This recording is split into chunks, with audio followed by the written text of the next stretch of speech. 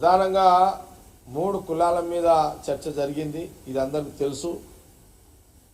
బీసీలో మహేష్ కుమార్ గౌడ్ అట్లాగే మదియాష్కి గౌడ్ మీద చర్చ జరిగింది ఏఐసిసిలో. దాని తర్వాత ఎస్సీ మాదిగ సామాజిక వర్గానికి సంబంధించి కూడా చర్చ జరిగింది. Sampath Kumar and Shankar MLA, present MLA.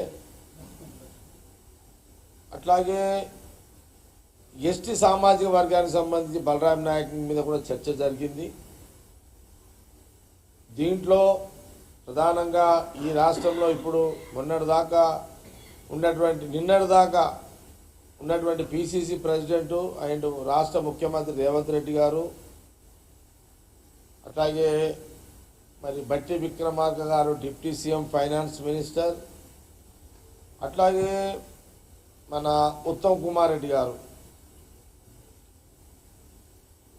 వీరి యొక్క అభిప్రాయాలను కూడా జోడీకరించి, వారి ఆలోచనలు కూడా జోడీకరించి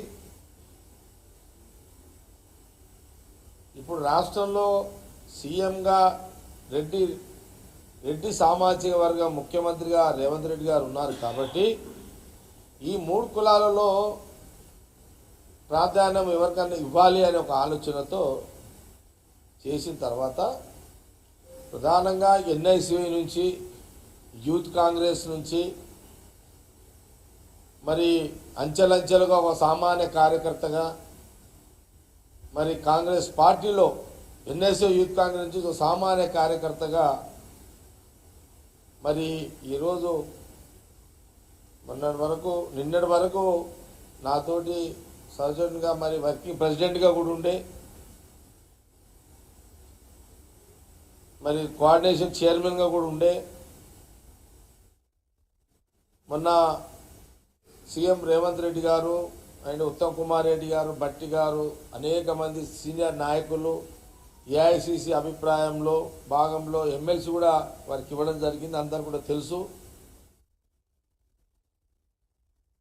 ప్రధానంగా ఒక బీసీ సామాజిక వర్గానికి సంబంధించిన ఒక సామాన్య కార్యకర్తగా, ఒక నాయకుడుగా ఈరోజు అక్కడ సోనియా గాంధీ గారు, రాహుల్ గాంధీ గారు, ఖార్గే గారు, ప్రియాంక గాంధీ గారు,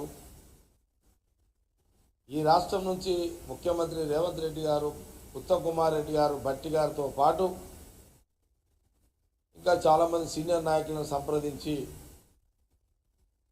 ప్రస్తుతానికి బీసీ సామాజిక వర్గానికి ఇవ్వాలని ఒక ఆలోచనతో మరి మహేష్ కుమార్ గౌడ్ని నిన్న పిసిసి ప్రెసిడెంట్గా కేసీ వేణుగోపాల్ గారు డిక్లేర్ చేయడం జరిగింది. ఇదే కాంగ్రెస్ పార్టీలో ఆ సందర్భంలో మరి మహేష్ కుమార్ గౌడ్కి శుభాకాంక్షలు తెలియజేస్తూ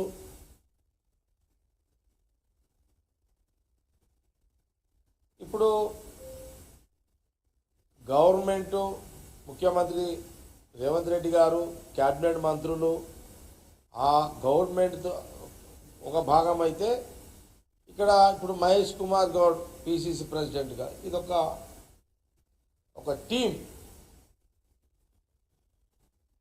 అటు ముఖ్యమంత్రి, సీనియర్ మన నాయకులందరూ గవర్నమెంట్ను ప్రజా పరిపాలన అందిస్తూ ఒక భాగము నడుస్తుంటుంది. ఇటు పార్టీ పరంగా మహేష్ కుమార్ గౌడ్ పిసిసి ప్రెసిడెంట్గా ఇక్కడ సీఎం రేవంత్ రెడ్డి గారిని, అట్లాగే క్యాబినెట్ మినిస్టర్లని, ఇక్కడ పార్టీలో ఉన్నటువంటి సీనియర్ లీడర్లని, ఇక్కడ ఉన్న కార్యకర్తలను, గ్రామ స్థాయి, మండల స్థాయి, నియోజకవర్గ స్థాయి నుంచి ఉన్న కార్యకర్తలని కోఆర్డినేషన్, గాంధీ భవన్ యొక్క కోఆర్డినేషన్ చేసుకునే ఒక ప్రక్రియలో ఇదొక